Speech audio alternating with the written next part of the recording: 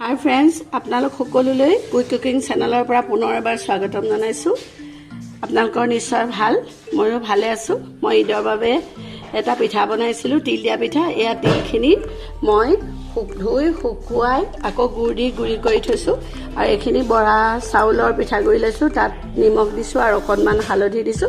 দি পেলাই এইখিনি মই এতিয়া মাৰি লম। অকণমান বেলেগ ধৰণৰ ষ্টাইল হ'ব, আপোনালোকে চাই যাওক। এই ডৌখিনি হালধি আৰু নিমখ দি আৰু অকণমান পানী দি ঠাণ্ডা পানীয়ে দিলোঁ। দি পেলাই মই এইখিনি গুল কৰি দৌ কৰি ল'লোঁ। লৈ পেলাই এতিয়া এটা ডাঙৰকৈ এটা গুল লৈছোঁ।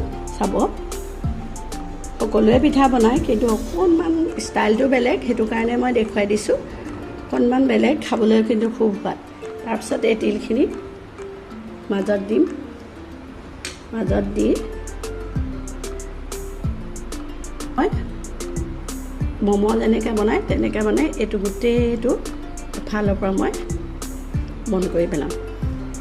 তিলটো নোলোৱালৈকে এনেকৈ বন্ধ কৰি পেলাম।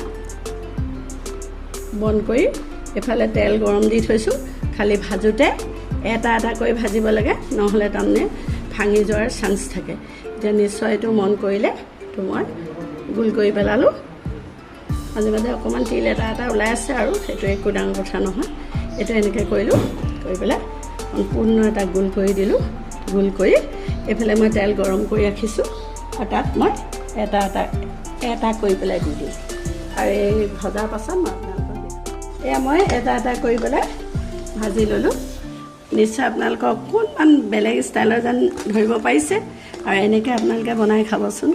আৰু যদি মোৰ আজিৰ ৰেচিপিটো ভাল লাগিলে তেতিয়াহ'লে আপোনালোকে লাইক কৰিব, শ্বেয়াৰ কৰিব আৰু কমেণ্ট দিব। আৰু যদি নতুন ভিউৱাৰ্ছ হয় তেতিয়াহ'লে মোক ছাবস্ক্ৰাইব কৰিবলৈ নাপাহৰিব। ধন্যবাদ।